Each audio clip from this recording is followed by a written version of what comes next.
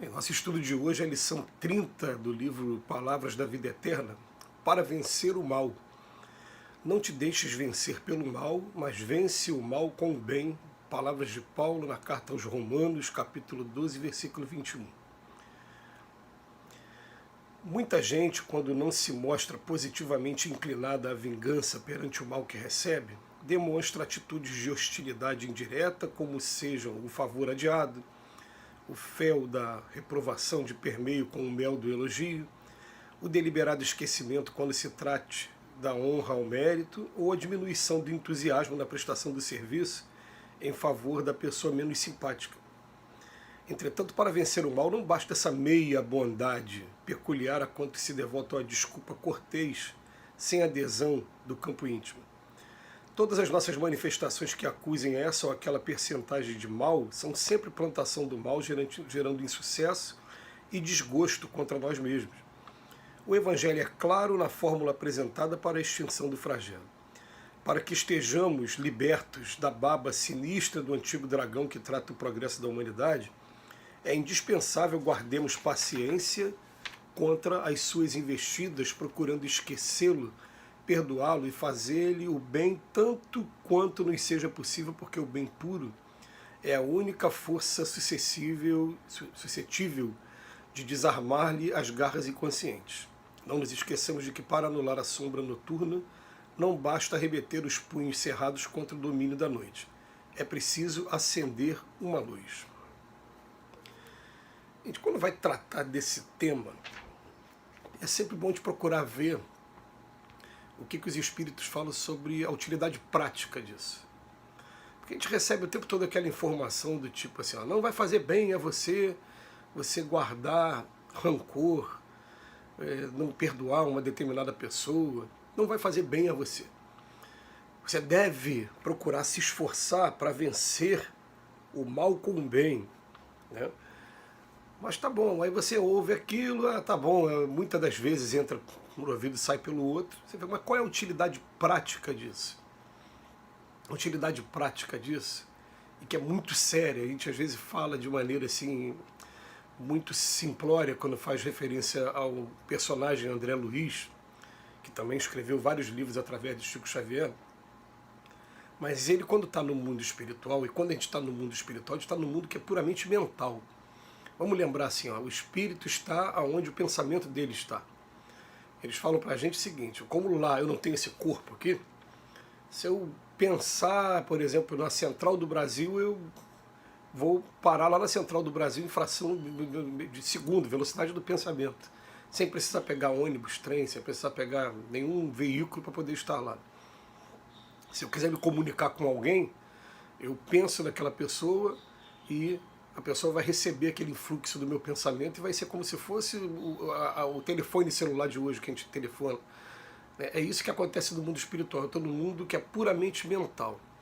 Então, se eu estou num mundo puramente mental e que eu consigo parar em alguns lugares em fração de segundo com a força do meu pensamento, né, o André Luiz conta que quando ele recebeu autorização para ir na casa dele, ele encontrou a mulher dele casada com outro homem e naquele momento ele sentiu ciúme e sentiu raiva. E o ciúme e a raiva que ele sentiu fizeram com que ele imediatamente fosse parar numa região de sofrimento. A gente fala, por que região de sofrimento? Ele fez sintonia com todos os outros que também estão sentindo raiva, ciúme. E é claro, você ficar rodeado por pessoas que estão sentindo raiva e ciúme, exteriorizando aquilo, é claro que não é uma sensação boa. Então ele foi parar numa região de sofrimento. Só que ele ainda estava muito fresquinho com as ideias que ele tinha recebido, né, do tratamento dele, ele conseguiu sair imediatamente daquela situação, né? Mas quando eles falam pra gente, ó, não guardem rancor, tá falando, é pro bem nosso, ele tá falando o seguinte, se eu chegar no plano espiritual hoje, saio daqui do corpo, e eu não gosto de uma determinada pessoa, alguém pode projetar na minha frente, seja uma foto, uma imagem, ou então alguma passagem qualquer daquela pessoa, e quando eu olhar para aquela pessoa, o sentimento que eu vou ter naquele momento vai determinar para onde eu vou. E aí, depois de eu estar nesse lugar que eu vou, será que eu vou ter a mesma facilidade, a mesma capacidade de sair desse lugar que o André Luiz teve? Então o Emmanuel hoje ele enumera aqui pra gente, ele fala assim, muita gente quando não se mostra positivamente inclinada à vingança, tem muita gente que quer realmente se vingar, né, perante o mal que recebe, ele tá bom, mas ele demonstra atitudes de hostilidade indireta. E ele enumera aqui, né, favor adiado, eu faço um favor para todo mundo, mas para aquele ali não, aquele ali não merece, aquele ali fez o mal a mim. Ou então a fel da reprovação de permeio com o mel do elogio. Você faz aquele elogio, mas por dentro você está, na verdade, reprovando. O deliberado esquecimento quando se trata de honra ao mérito. Então, não vai ter mais honra ao mérito aquela pessoa para mim, porque ela aprontou comigo. Ou a diminuição do entusiasmo na prestação de serviço para ela. Não, você é uma pessoa bem prestativa para outros, mas para aquele ali não, ele não merece isso. São atitudes que são tão normais ainda na gente, que a gente, essas 4 atitudes aqui, o que o Emmanuel está mostrando para a gente? Na verdade, você não perdoou, na verdade, você está guardando a mágoa dentro de você, e quando isso acontece, você tem que ligar um sinal de alerta. Procurar fazer uma autoterapia, entendendo o mal que isso vai fazer a gente, não só aqui, porque quando a gente fica com raiva, a gente joga dezenas de toxinas também no nosso corpo físico, que com o tempo elas vão estourar de alguma maneira, vão trazer complicações 1000 para a gente também.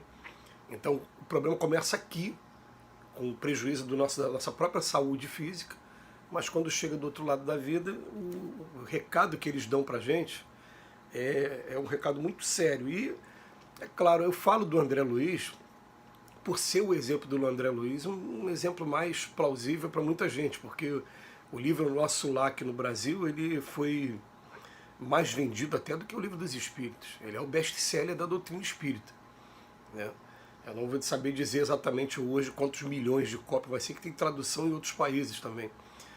Então todo mundo conhece mais ou menos, mas o André Luiz mesmo, ele depois de falar do Nosso Lar, o André Luiz escreveu 26 livros através do Chico. 13 são considerados aquele livro dele como repórter do mundo espiritual, né? É a sequência de livros que vem Nosso Lar, Os Mensageiros, Missionário da Luz, Obreiro da Vida Eterna, Entre a Terra e o Céu, Libertação, né, no Mundo Maior, vem essa sequência de livros, né? E o que acontece? Nesses livros ele conta vários relatos de pessoas que também estão levando esse sentimento para o outro lado da vida e ficam encarcerados, presos, porque ninguém nasceu para ficar com mágoa, com raiva, com ideia de vingança com relação a ninguém. Então Emmanuel fala para a gente, entretanto, para vencer o mal não basta meia bondade, peculiar a todo mundo, essa desculpa cortês, não. A gente tem que estar definitivamente de bem com a gente e pensar assim, aquele que aprontou com a gente, infelizmente, ele ainda se encontra numa faixa evolutiva que vai fazer com que ele encontre frente a frente a lei de causa e efeito, vai fazer ele passar por um monte de situação até que ele seja educado também, né? Mas não eu ficar magoado, ficar com raiva, ficar, eu não vou falar com fulano, né? Não pode ser dessa maneira. E ele fala aqui pra gente, né? Todas as nossas manifestações que acusem essa ou aquela percentagem do mal são sempre plantação do mal. Vamos prestar atenção sempre. É um trabalho de reforma íntima, é um trabalho de estudo profundo de si mesmo. O Evangelho é claro na fórmula apresentada para a extinção, né? Para que estejamos libertos dessa barba, é indispensável guardemos paciência contra as suas investidas, procurando esquecê-lo, perdoá-lo, fazer-lhe o bem tanto quanto nos seja possível, porque o bem puro é a única fonte suscetível de desarmar-lhe as garras inconscientes.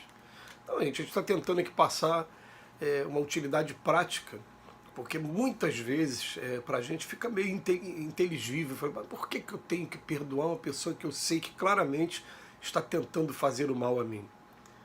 Mas por quê? Eu vou perdoar o quê? Aí daqui a pouco ela vai continuar fazendo mal, vai continuar me incomodando? Qual é a utilidade prática? A utilidade prática é que eu tenho que estar em paz comigo mesmo.